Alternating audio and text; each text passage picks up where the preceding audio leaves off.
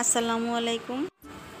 আমি প্রথম একদিন খাসির মাংস রান্না করতে গেছিলাম। তো সেই সময় রান্নার পর মাংসটা এতই বিশ্রী গন্ধ ছিল, একদম খাসির যে একটা দুর্গন্ধ ওইটাই ছিল। কিন্তু এখন আমি আস্তে আস্তে বুঝতে পেরেছি যে খাসির মাংস কিভাবে রান্না করতে হয়। আমি মাংস রান্না করার আগে সবগুলো মশলা বেটে নিয়েছি এবং মাংসটাকে হালকা গরম পানি দিয়ে ধুয়ে নিয়েছি। তারপর মাংস আমার অল্প, এই কারণে আমি পরিমাপ মতো মশলাও পরিমাপ মতো দিতে হবে। বেশি দিলে আবার মশলার গন্ধও হয়ে যেতে পারে। আমি কিন্তু টমেটোটাকেও পেস্ট করে নিয়েছি। আদা পেস্ট, টমেটো, কাঁচামরিচ পুরোটাই পেস্ট করে নিয়েছি। মাংস রান্না করার আগে মশলাগুলো যদি পেস্ট করে নেওয়া যায় তাহলে সেই মাংসটা অনেক টেস্টি হয় এবং খুব গ্রান হয়।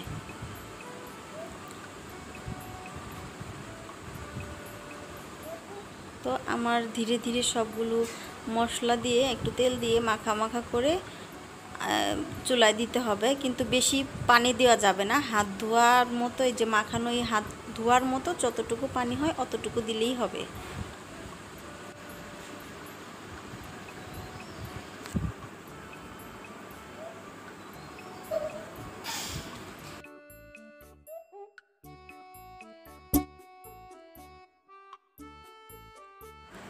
তো আমি যখন প্রথম রান্না করেছিলাম খাসির মাংস, তখন খুব দুর্গন্ধ ছিল, যার কারণে রান্নার পরে খুবই দুর্গন্ধ ছিল, যার কারণে আমার ছেলেরা কেউই মাংস খেতে চায়নি।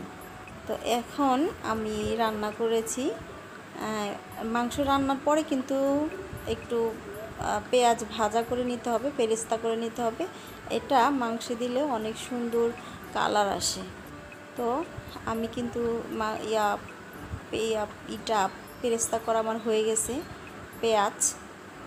তো আমার সেই পুরাতন কড়াই, বিখ্যাত কড়াই। তো এই যে দেখুন, আমি কিন্তু মাংসের মধ্যে সেই বেরেস্তাগুলো দিয়ে দিছি। কালারটা দেখুন কি সুন্দর লাগছে। তো এভাবে মাংস রান্না করে খাবেন, দেখতেও ভালো লাগে, স্বাদটাও অনেক ভালো হয়। ধন্যবাদ।